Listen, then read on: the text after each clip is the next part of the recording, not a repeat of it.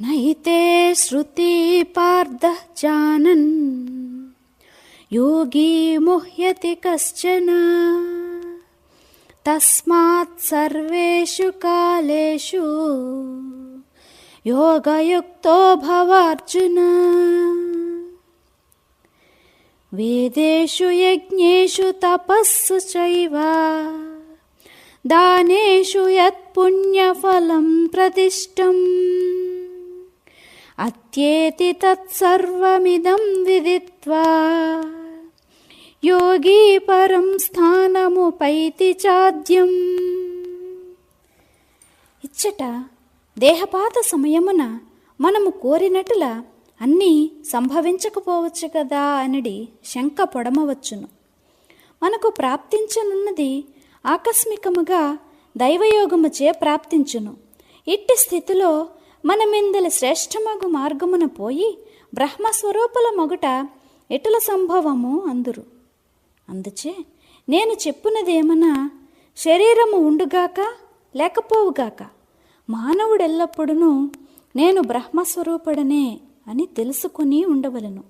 త్రాటిని చూచి పాముగా భ్రమించుటకు గల మూల కారణము త్రాడే అయి ఉన్నది.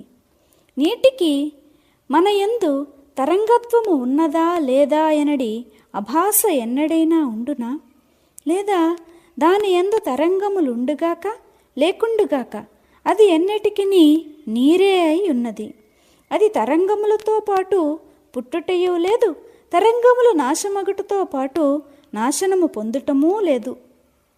ఇదే విధమున దేహధారణా సమయమున కూడా బ్రహ్మస్వరూపులుగా ఉండు వారిని విదేహులు అని చెప్పవలసి ఉన్నది. ఇట్టి విదేహులందు శరీరమనడి పేరుగల గ్రామమే మిగిలియుండనప్పుడు అట్టివారు మరణించుట అనునది ఎన్నడైనా సంభవమగునా? అనగా ఇట్టివారు ఎన్నటికి మరణించుటయే లేదు. ఇట్టి వారికి మార్గాన్వేషణ మునర్పవలసిన ఆవశ్యకత ఏమి కలదు? అట్టివారు ఎచ్చట నుండి ఎచ్చటకు ఎప్పుడు పోగలరు? ఏలనన అట్టివారికి సమస్త దేశ కాలములు ఆత్మస్వరూపముగానే అయ్యుండును. కుండ పగిలినప్పుడు ఆ కుండ యందలి ఆకాశము సరళ మార్గమున పోయినప్పటికీ కూడా అది ఆకాశతత్వమునందే కలియుచున్నది. ఆ ఘటమునందలి ఆకాశము ఏ మార్గమునైనా పోవుగాక అది ఆకాశతత్వమున కలియకుండుట ఎన్నడైనా సంభవించునా? వాస్తవ విషయం ఏమన్నా కేవలము ఆ కుండ మాత్రము నశించుచున్నది. అందుచే కేవలము దాని ఆకారము మాత్రము నాశమగును. మరియు దాని యందు గల మూలాకాశము ఘటాకారము ఏర్పడక పూర్వము ఉన్నది. ఘటము నశించిన పిమ్మట కూడా యథాప్రకారముగానే ఉండును. ఈ విధముగు బ్రహ్మజ్ఞాన సహాయము వలన బ్రహ్మస్వరూపులైన యోగులకు సుమార్గమేది అమార్గమేది అనడి తగవే ఉండదు. కానవో అర్జున, నీవు ఎల్లప్పుడూ యోగయుక్తుడవై ఉండుము. ఇటులా ఉన్నచో నీకు సహజముగానే బ్రహ్మస్వరూప ప్రాప్తి కలుగును. ఆ పైన ఈ దేహబంధనము ఉన్నంతవరకు ఉండనిమ్ము, లేదా దాని ఇష్టము వచ్చినప్పుడు పోనిమ్ము. కానీ నీ నిర్బంధనరహితమైన లేక స్వతంత్ర బ్రహ్మరూపమున తిల మాత్రము కూడా అడ్డంకు రాజాలదు. ఆ బ్రహ్మరూపము విశ్వమును సృజించినప్పుడు జన్మబంధనమున పడనూ పడదు. విశ్వ ప్రళయము వచ్చినప్పుడు మరణబంధనమందును పడదు. కల్పాది మరియు కల్పాంతములందలి మధ్య సమయమున అది స్వర్గము మరియు ఇది సంసారము అనడి మోహమునందునూ పడదు. ఈ విధముగు బోధను పొంది యోగులైన వారు మాత్రమే ఈ బోధను సక్రమముగను పరిపూర్ణముగను వినియోగించుకొనగలరు. ఏలనన అట్టివాడు విషయభోగములను కాలదన్ని ఆత్మస్వరూపమును పొందును. ఇంద్రాది దేవతల యొక్క స్వర్గమునందు నలువైపులా వ్యాపించియున్న సామ్రాజ్యాధికారమును కూడా అతడు దూరముగా పారవేయదగినది మరియు చిల్లి గవ్వ విలువ మాత్రము చేయనదిగను భావించి తృణీకరించును. ఎవడైనా వేదములను సంపూర్ణముగా అధ్యయనమునర్చి వేదో నారాయణుడగుగాక లేదా శాస్త్రములందు చెప్పబడిన సమస్త విధములగు యజ్ఞాదులను చేసి అపార ఫలప్రాప్తి పొందుగాక, లేక పునశ్చరణ చేసి గాని దానమిచ్చి గాని అపార పుణ్యార్జనమునర్చుగాక.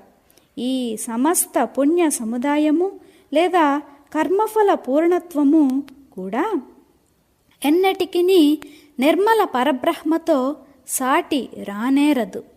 వేదములు, యజ్ఞములు మొదలగునవి ఇచ్చడి అపార స్వర్గ సౌఖ్యములను కూడా యోగిశ్రేష్ఠుడు బ్రహ్మజ్ఞానముచే కలుగు సౌఖ్యము ముందు అత్యల్పమైనదిగా తలంచును.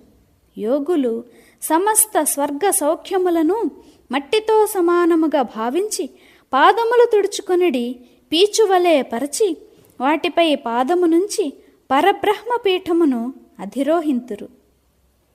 ఎవడు స్థావర జంగమాత్మక సృష్టి ఎందుగల ఒక చోటున చేర్చిన సమస్త వైభవము ఎవనిని బ్రహ్మ మరియు శంకరుడు స్వయముగా ఆరాధింతురో, ఎవడు కేవలము యోగి జనులకు మాత్రమే భోగ వస్తువు, ఎవడు సమస్త కళలకు కళనిచ్చువాడో, ఎవడు పరమానందమూర్తియో, విశ్వమునందలి జీవులకన్నిటికీ జీవము, ఎవడు సర్వజ్ఞత్వమున మూల ఉద్గమ స్థానము, ఎవడు యాదవకుల దివ్య కుల దీపకుడో, ఆ శ్రీకృష్ణుడు పాండుపుత్రుడగు అర్జునునకు ఈ రీతిగా సమస్త విషయములను చెప్పెను.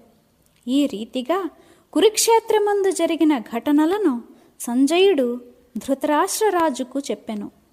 జ్ఞానదేవుడనగు నేను ఈ వివరములను శ్రోతలగు మీరు ఇక వినవలసినదిగా విన్నవించుచున్నాను. ఇతి శ్రీమద్భగవద్గీతాసూపనిషత్సు బ్రహ్మ విద్యాయాం యోగశాస్త్రే శ్రీకృష్ణార్జున సంవాదే అక్షర పరబ్రహ్మయోగో నామ అష్టమోऽధ్యాయః.